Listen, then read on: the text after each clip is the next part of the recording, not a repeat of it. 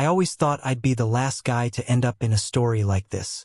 You know, the loyal husband, the guy who works hard, trusts his wife, and ends up completely blindsided. But life's funny that way. It doesn't ask for your permission before flipping everything upside down. Let me take you back about a year ago when everything still felt normal. Or at least I thought it did. My name's Jake. I'm 34. I work in IT consulting, which means I travel a lot. My wife, Emily, and I had been together for 7 years, married for 5. We met in college, started dating after graduation, and moved in together right before I landed my first big job. Emily was a second-grade teacher. She loved kids. She baked on weekends, watched true crime shows at night, and knew my coffee order better than I did. We had a cozy home in a Denver suburb, 2 golden retrievers, and what looked like the perfect marriage. And if you asked me back then, I'd have said I trusted her with my life. Started small. A couple of late-night text messages. Her phone face down more than usual. That one time she jumped when I walked into the room while she was on her laptop. I didn't think much of it. Maybe a surprise for our anniversary? A little extra work grading papers? Still, something inside me felt off. I remember one evening, about a month before the truth came out. I came home from a 3-day trip to Dallas. I was exhausted, just wanted to crash and watch a game. Emily barely looked up from her phone. "Hey, babe," I said, dropping my bag by the door. "Hey," she muttered. No hug. No, I missed you. Just a quick glance and back to scrolling. It bugged me more than I wanted to admit. 2 weeks later, I had another trip. San Diego this time. I'd be gone for 4 days. That night before my flight, we went out to dinner. She seemed distracted, like she was physically there, but mentally elsewhere. "You okay?" I asked her across the table at a little Italian place we liked. "Yeah, I'm just tired," she said. "Work's been a lot lately." But I noticed she kept checking her Apple Watch. Subtle glances every time it buzzed. I wasn't trying to snoop, but after the 3rd time, I couldn't help but ask, "Everything all right?" "Yeah, just some texts from parents about classroom stuff." Something told me that wasn't the full story. San Diego was all meetings, networking events, and terrible hotel coffee. We FaceTimed once a night, short calls, nothing special. I noticed she didn't ask much about how things were going. Mostly short answers. "The dogs are fine. Work's fine. I'm tired. Gonna head to bed." On the 3rd night, something strange happened. My Zoom call got canceled, so I decided to surprise her with a grocery delivery from Instacart, her favorite snacks, wine, that kind of thing. A little note. "Miss you. Thought you'd like this." She didn't text me back. Just a thumbs up emoji on the app. I came home Friday afternoon. She wasn't there. Said she was out for errands. The dogs greeted me like I'd been gone for a year. I threw my suitcase in the bedroom and sat down on the couch to breathe. That's when I saw her iPad on the coffee table. Unlocked. Screen still lit. It had synced her iMessages. Now let me pause here and say, I've never been the snooping type. I respect privacy. But this wasn't snooping. This was something else. This was instinct. And what I saw, a thread was open. A conversation with someone named Kevin. Kevin was my best friend since high school. My best man at our wedding. The guy who helped me move into our first apartment. The guy I watched Super Bowl with every year. That Kevin. I didn't even have to scroll far. The last message? "Last night was amazing. I can't stop thinking about you." I froze. Literally. I couldn't move. My stomach dropped. My ears rang. My heart started pounding so hard I thought I'd pass out. I scrolled up. Photos. Messages. Plans. They had been talking for months. I looked around the room. Same couch. Same photos on the wall. Same life. But now everything felt fake. Everything I thought I knew was a lie. I heard the garage door open. She was home. I didn't know what to do. I stood there in the living room, the iPad still in my hand, heart pounding like a jackhammer. My legs felt like they were made of concrete. Everything was spinning. The dogs barked. Her footsteps got closer. I had maybe 10 seconds to decide what to say, or if I'd say anything at all. "Hey babe, I'm back." Emily called out casually. Like she hadn't just shattered our entire marriage. I stayed silent. She walked into the room, holding a Starbucks cup, keys jingling in her hand. She stopped dead when she saw me, and the iPad, in my hand, open. Her eyes widened for a second. Just a second, and then it was gone. She tried to cover it up with a smile. "Everything okay?" she asked, setting the cup on the counter like this was just another day. I held up the iPad. Didn't say anything. Just let it hang there in the air. "I found this," I said finally. My voice was flat, too calm. She blinked, looked at the screen, looked at me. "Jake, I can explain." "Explain what?" I said. "That you've been sleeping with Kevin behind my back? That you've been lying to my face for months? That you ruined our marriage while I was out working to support us?" She stuttered. "It wasn't like that." I cut her off. "Then what was it, Emily? Was it an accident? Did you just trip and fall into bed with my best friend?" She started crying.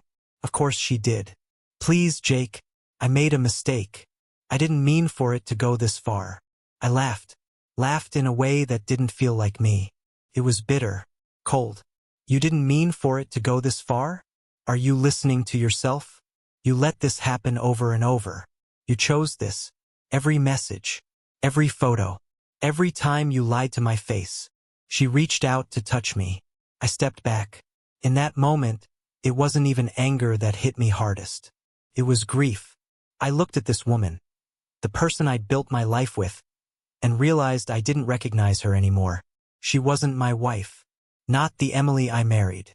I thought about our wedding, the vows, the honeymoon in Maui, the late nights watching movies, the little notes she used to leave in my suitcase when I traveled. And all of it was gone. "How long has this been going on?" I asked. She hesitated. "About 3 months," she whispered. 3 months, I repeated. "Wow. And during that time, how many times did you lie to me? How many times did you look me in the eye and say, 'I love you'?" She broke down, sat on the couch, covered her face. "I was lonely, Jake. You were always gone. We were drifting apart. Kevin was there. He listened." "Oh, so this is my fault now?" I snapped. "That's not what I'm saying." "Then what are you saying, Emily?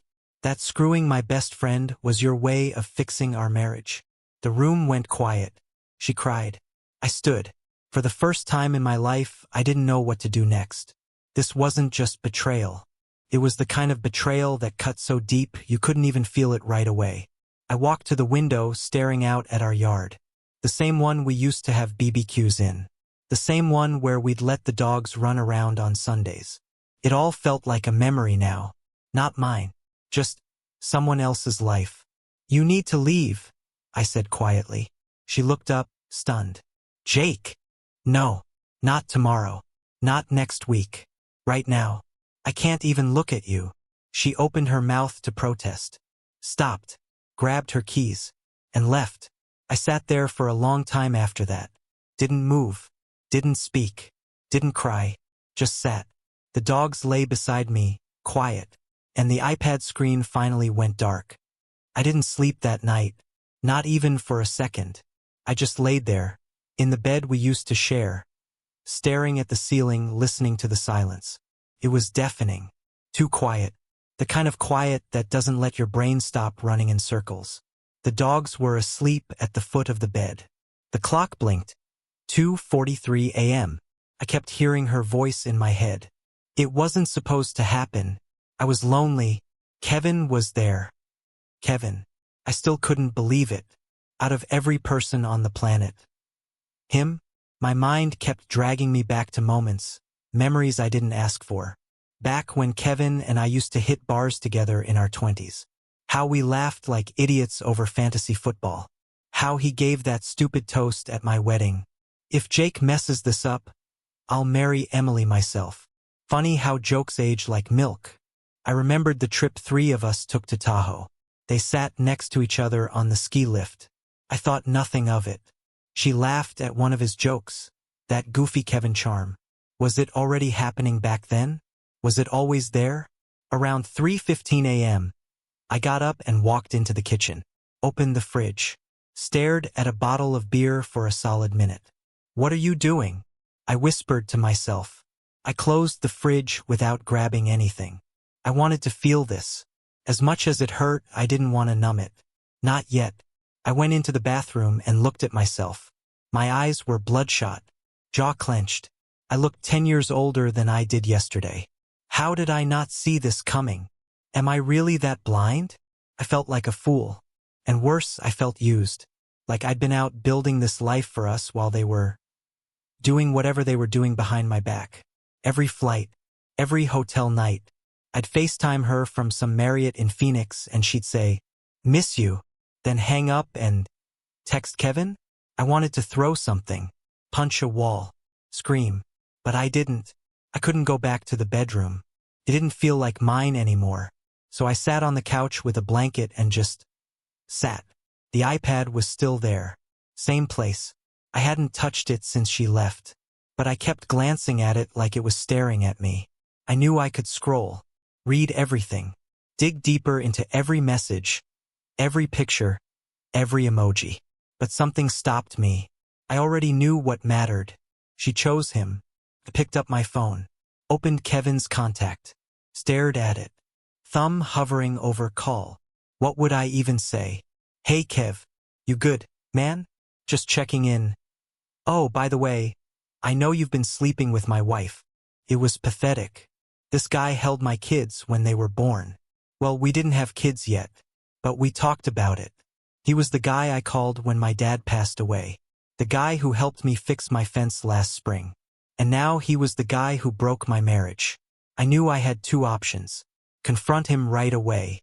Or sit, think, wait, do it my way.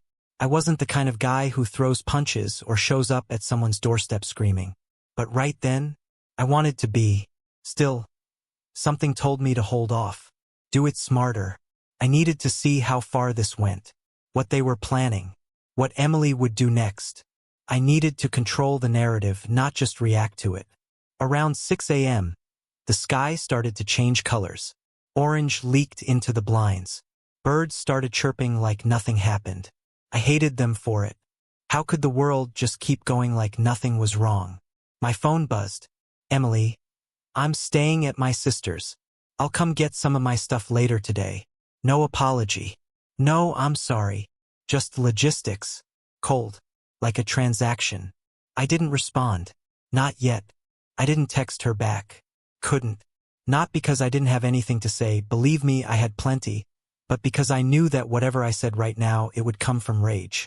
And if I was going to say anything, it had to come from control, not from chaos. I needed that control more than I needed closure. So I took a shower. A long one. Hot water. Burning, almost. I didn't care. I let it run down my face, hoping it would somehow wash off the betrayal, the humiliation, the weight that had taken up residence in my chest. Didn't. But it gave me 5 minutes where I didn't have to think. When I got out, the house still felt heavy. Like even the walls knew. The photos on the hallway shelves seemed to stare at me, judging, mocking. Our wedding picture was still on the dresser. Her in that white dress. Me in a rented tux. Kevin standing right next to me, smiling like a damn brother. I took that frame and put it face down. That was enough for now. She texted again around noon. "Can I come by around 2 to grab my clothes?" Still no sorry. Still no humanity in her words. I responded with one word. Fine. Then I sat down and started writing. I wrote out everything I was feeling. Not for her, not to send, just for me. My own personal therapy. Anger. Confusion. Grief. Disgust. Pages of it. And then I wrote down one more thing. What do I want? Not what I want her to do. Not what I want to say. What do I want to happen now? I didn't have a full answer. But I knew I wanted to talk to Kevin. Face to face. Not for drama. Not to make a scene. But because I needed to see what kind of man could do this to someone who trusted him like a brother. At 1:48, I heard her car pull up. I didn't say much. I opened the door. Stepped aside. She walked in like a stranger. No eye contact. She moved quickly, packing up clothes, shoes, makeup. The dog stayed next to me. They always knew where the tension was. As she walked out with a bag over her shoulder, I said just one thing. I'm going to talk to him. She stopped, froze. Her mouth opened, like she wanted to say something, but nothing came out. Then she left. By 3 p.m., I was in my car. Driving to Kevin's place was like heading into a fog. Everything outside looked normal. People walking dogs, mowing lawns, kids on bikes. But inside, I felt like I was heading to a crime scene. I pulled up to his apartment building. Sat there for a minute. Engine still running. What was I even going to say? This wasn't about revenge. Not yet. I just wanted answers. I walked up, knocked once, then twice. He opened the door, saw me, and I swear to God, his face dropped like he saw a ghost. "Jake," he started. I didn't say a word, just stared at him. He stood there for a second, then stepped aside. "Come in." I walked in. Same couch we used to watch football on. Same stupid Star Wars posters. Same guy. But it wasn't the same. Not anymore. He sat down, rubbing his hands together like he was nervous. "Good. I guess you found out," he said. I nodded. "You know what this means, right?" I asked. He looked up. "Jake, man, I messed up. I know. I never meant to hurt you." I laughed. "Just once. Never meant to hurt me? That's what you're going with." "I didn't plan for this to happen." "Cut the crap, Kevin. You had months to stop. Every text, every meetup, every time you looked me in the eye while lying, that was a choice. You don't fall into cheating on your best friend." He didn't argue, just looked at the floor. "I thought you were my brother," I said. "I was," he mumbled. "I mean, I still." "No," I interrupted. "You don't get to say that anymore." Silence. I stood up. He followed. "Are you gonna hit me?" he asked. I paused. "Would it help?" He didn't answer. Neither did I, because honestly, I didn't know. I didn't know what would help anymore. I turned to leave, but before I walked out, I looked him dead in the eye. "I'm not done." Then I walked away, got back in the car, and for the first time in 24 hours, I didn't feel helpless. I felt ready. This wasn't over. Not even close. I didn't go home right away. After I left Kevin's place, I just drove. No music. No GPS. No destination. Just air. I needed space. I needed silence that didn't echo with memories or old laughter. I ended up at a park on the edge of town. The kind of place you only find when you're not looking for it. There was a bench by a little lake, half frozen from the early spring cold. Ducks floated across the surface like they didn't have a care in the world. I sat. The phone buzzed in my pocket a few times, but I didn't check it. I already knew it was Emily, or maybe Kevin again. I didn't care. I finally had one moment where I didn't feel like the world was spinning out from under me, and I wasn't ready to give that up yet. I leaned back on the bench and let myself breathe. That's when it hit me. I wasn't just angry. I wasn't just betrayed. I was free. For the first time in years, I had no one to impress. No one to please. No one expecting anything from me. And it scared the hell out of me. Because if I wasn't her husband, if I wasn't Kevin's friend, who was I? It's a strange feeling when your identity gets torn out from under you. Like walking into your own house and not recognizing the furniture. I didn't know what came next, but I knew I couldn't stay where I was. Eventually, I stood up, walked back to the car, headed home. When I got there, she was gone. So was her stuff. Half the closet empty. Bathroom drawers cleared out. Even the mug she always used was missing from the shelf. The space she left behind felt louder than her presence ever did. I went into the bedroom and saw a folded note on the pillow. "Jake, I'm sorry. I know you don't want to hear anything from me, but I want you to know I never stopped loving you. I just lost myself, and I made the worst decision of my life. I don't expect forgiveness, but I hope someday you'll understand. Emily." I read it twice, not because I cared, but because I couldn't believe she still thought this was about her feelings. She never stopped loving me? She lost herself? No, she didn't lose herself. She threw us away. She walked away. and I was done picking up the pieces for people who didn't value them. I put the note back on the pillow and left the room. I spent the rest of the day doing the things I hadn't done in months. Cleaning, cooking, laundry. Not because I had to, but because it grounded me. It gave me control in a world that felt completely out of control. I also made a list. A real one. Pen and paper. What needed to change. What needed to go. What I wanted moving forward. At the top of the list, divorce. I wasn't going to be the guy who clung to the idea of something that no longer existed. Love without trust isn't love. It's theater. And I was done performing. At the bottom of the list, I wrote just one word. Rebuild. I didn't know exactly what that looked like yet, but I knew it started now. The next morning, I called a lawyer. I didn't think I'd ever have to say the words, "I need to talk about a divorce." But there I was, pacing my kitchen in sweatpants with a cup of black coffee, like it was just another Tuesday.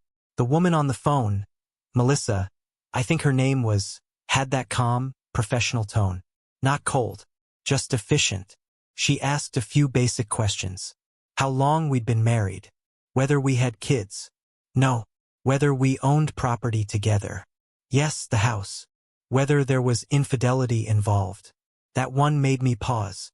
I didn't want to say it out loud, but I did. Yes, she cheated. Melissa sighed, like she'd heard it 100 times. I'm sorry, she said. Not fake. Not overdramatic. Just enough. We scheduled a consult for the next day. I hung up, exhaled, and stared at my phone. I half expected another message from her. But it was quiet. Too quiet. Later that afternoon, I grabbed a box from the garage and started clearing out the rest of her stuff. The books she'd never read. The yoga mat she left in the corner. The jacket she always forgot at the front door. I wasn't doing it out of spite. I just needed the space. Physically. Mentally. I was halfway through when I heard a knock at the door. I froze. Some part of me knew, even before I looked through the peephole, that it was her. Emily. I opened the door slowly. She stood there in a hoodie, no makeup, holding a small bag. Her eyes looked tired. Not like she hadn't slept, but like she'd aged 10 years in 3 days. Can we talk? She asked. I stepped outside, closed the door behind me. She flinched at that. I know I'm the last person you want to see, she said quietly. I didn't argue. I don't want it to end like this, she added. I folded my arms. It ended when you chose him. She looked down. I know I messed everything up. I thought I could handle it. I thought you didn't care anymore. You were always gone, Jake. That doesn't justify anything, I snapped. I'm not saying it does, she said quickly. I want you to understand how lonely I was. I took a breath, felt my jaw tighten. You could have talked to me, I said. You could have told me you were struggling. You could have asked for help. Instead, you lied. For months. I know, she whispered. Her voice cracked. I don't expect forgiveness. But I miss you. I miss us. I stared at her for a long time. Not with hate. With clarity. I remembered all the good. But I also remembered that she'd looked me in the eyes while hiding a double life. And I couldn't go back to that. I've started the process, I said finally. She blinked. What process? Divorce. Her lips parted. She didn't speak for a moment, then nodded. Slowly, like the words took a few seconds to actually land. I figured, she said. Silence again. I'm sorry, she added. I mean that. I nodded. Me too. Then I turned, opened the door, and walked back inside. I didn't look back. Not this time. 6 months passed. Funny how time moves. Slow as hell when you're in pain, but when you're healing, it disappears like smoke.